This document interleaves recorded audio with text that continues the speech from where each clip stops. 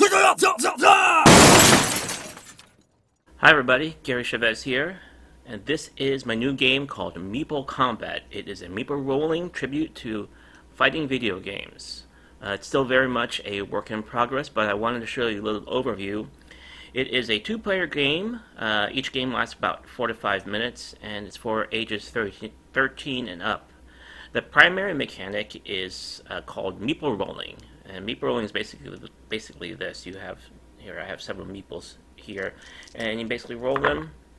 And see this one here? There's one here that stood up on its side, and the other one's laid down. You want the ones that stand up, so that's a good thing in this game.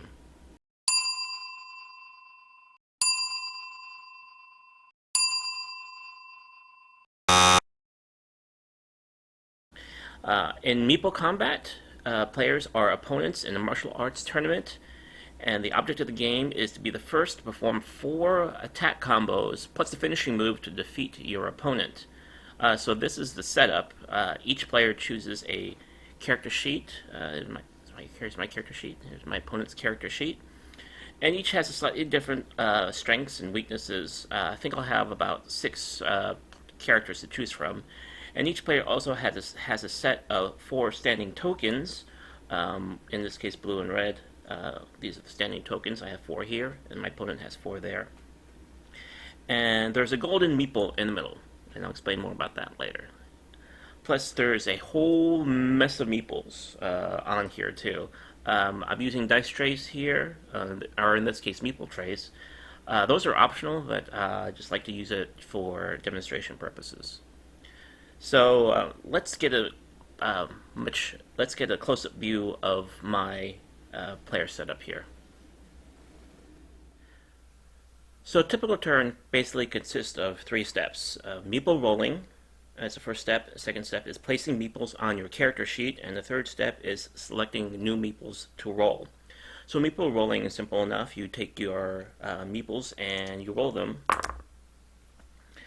And on a typical turn, you can roll up to 4 meeples. You can roll any number of black meeples, but you can only roll a maximum of 1 yellow meeple. So in this case, I rolled 3 black meeples and 1 yellow meeple, but I could have rolled 4 black meeples. So for the second step, placing meeples on your character sheet, for every meeple that you roll that stands, in this case I have 3 that stood up. That's a pretty good roll, and 1 that did not. I get to place these on my character sheet. So each character sheet contains several attack combos marked in yellow here, these yellow boxes, here, here, here, here, here, and here. And then plus 1 finishing move combo, which is kind of a black and white hash-marked box at the bottom.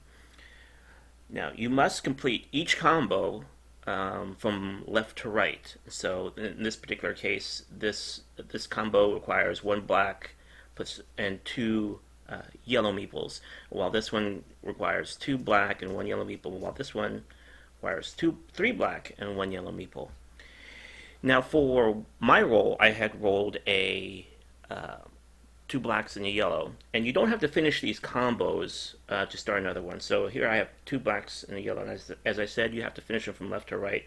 I could put 1 black there, 1 black there, and put a yellow here, or I could have just finished this off this combo, put 2 blacks there and 1 yellow here, but I could not put a yellow here because I don't have anything there. As I said, they have to be completed left to right. You have to complete them in order. So now the third part of your turn is selecting new meeples to roll. So as I said before, you can roll a maximum of 4 meeples. So I have 1 meeple that didn't end up standing up, so I can select 3 more meeples. So I can select 2 black, and then a yellow, and then I take my turn again. Now when I say turn, that's just this set of actions. You're not waiting for the other person to take their turn. You're rolling and placing your meeples as quickly as possible, and rolling over and over again, selecting new meeples over and over again, and placing them on the character sheet. And both players are trying to do this as fast as they can. Then for each combo you complete, you knock down one of your standing player tokens here. And the object of the game is to knock down, complete any four of these combos, and you knock down all four. Once you do that, then you can start with your finishing move. And once you complete your finishing combo, then you can grab the golden meeple, and the first player to grab the golden meeple and say Meeple Kombat is the winner of the round. So, each character has several combos on here, and your object of the game is to complete four combos. So you might be asking yourself, well, if the object of the game is to complete four of these combos, and there are six combos, why don't you just complete the combos that are the smallest? And you can do that in this game, but that's where this game gets interesting. You have a few choices in front of you when you do that. First of all, some of these combos require several yellow, more than one, two, and sometimes three yellows to complete. But you can only roll a maximum of one yellow per turn. And so you might want to go for combos that have fewer yellows in them. So that's going to slow you down. That's one of the choices you have to make. Another choice you have to make is these purple. There are some squares with a purple square on them. And every time you put a meeple on a purple, you get to give your opponent one of these purple meeples, and you would put them on the block space. And so if my opponent were to give me a purple meeple, they would put it there. So these purple meeples, in order for you to complete the game, in order for you to win and grab the golden meeple, you have to get rid of all your purple meeples first, and you get rid of them like you would all the other meeples is by rolling them.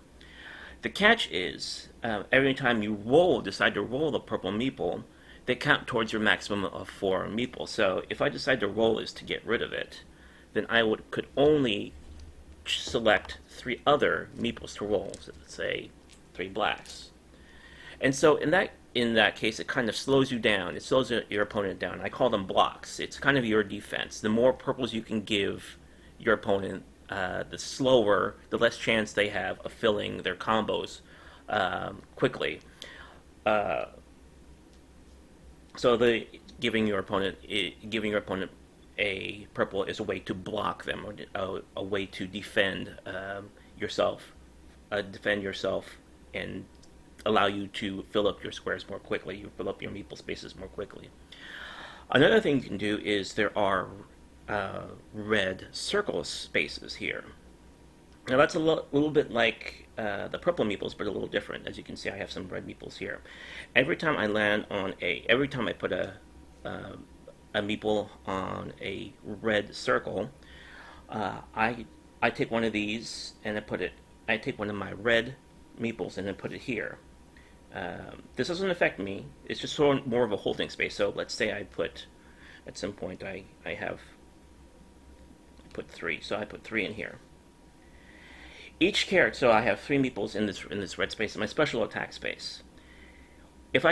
Each character has a special combo at the bottom.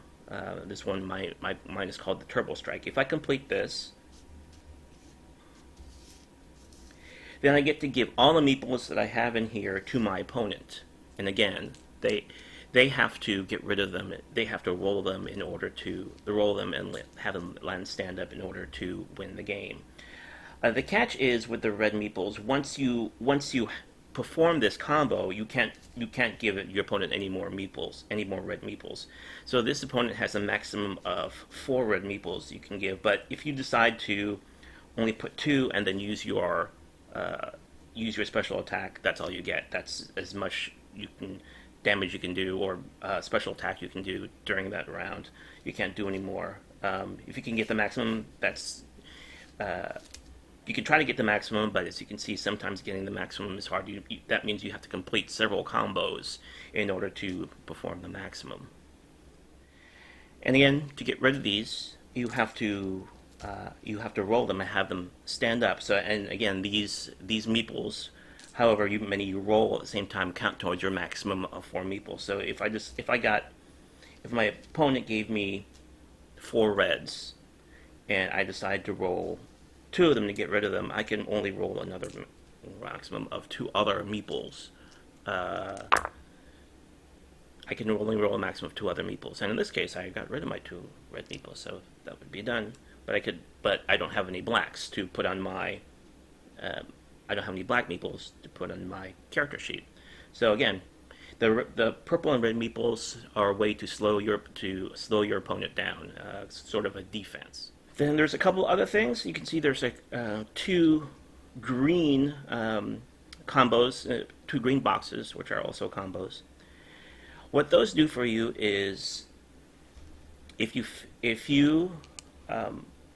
fill them with meeples, say I put 2 meeples here, that allows you, filling this one allows you to increase the maximum number of meeples you can roll to 5. So if I fill this, now I can roll 5 blacks or 4 blacks plus 1 yellow.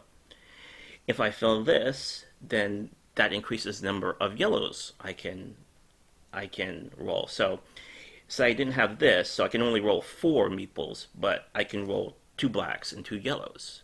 If I have both, then I can roll 5 meeples with 3 black meeples plus 2 yellow meeples, or 4 black meeples and 1 yellow meeple. In that sense, you can start to fill up your combos quicker, but then you have to take the time to fill these in. So that's kind of the gamble. Can you fill these in quicker than you can fill these in without them? And again, it's the play style is up to you. So I wanted to take you through, walk you slowly through a turn. So I have several meeples spaces already filled up. Some one combo, so let's say I already fulfilled this combo, so one of these would be knocked down already. My opponent has already given me a purple meeple. So let's say in this round I want to get rid of that. So I'll take this, and so that means I only have 3 more meeples I can roll this turn. So let's say I want to look at my sheet and I say, well, I can use black, or I can even use a yellow. So either one, if either one stood up, I'd be fine. So I'll roll 2 more blacks and a yellow. So I'll take that and I'll roll them. And in this case, a black stood up and a purple stood up. So I can get rid of this purple meeple, and I don't have to be concerned about that again. So I have a choice here. Where do I put this black meeple? If I put it here, I can give my opponent a purple meeple and slow him or her down. If I put it here, I can move one of these in here, and then if I complete this combo, I can give however many red meeples are in here to my opponent. Or I can start to try to fill those squares up and give myself more meeples to roll, or more meeples to roll, or try to fill that up and roll more yellow meeples. It all just depends on what I want to do. So there's plenty of choices here. And again, you're rolling, you're putting it on the sheet, and then you're picking which meeples to roll again, bringing it up to the maximum of 4 again, and rolling, and doing this as quickly as possible. And every time you complete a combo, you knock those down, and you knock down all 4, then you go for your finishing move. 2 blacks, in this case there are 2 blacks. Let's just show you how the finishing move works. So there would be 2 yellows. Again, you would be rolling these, and when they stood up, you can fill them. And once that is complete, I grab the golden meeple and say Meeple Kombat, and I win. Now, the reason I have one of these is that in some games, both players completed their combos at the same time. So I decided, okay, whoever just grabs this first, you can finish at the same time, but the person is quick enough to grab this first is the winner. So that is Meeple Kombat. I want to show a little video after this of my 2 home playtesters playing this. My 2 daughters my 11 and 7-year-old playing this, to show you how it works. But I'd love your opinion on this. What do you think of it? You think think some things will work, some things won't work, some things you see want me to do you want to see things more of something or less of something? Just love some feedback on what I have so far. All right, thanks a lot for watching. Appreciate it. Nine. 3, 2, 1, go.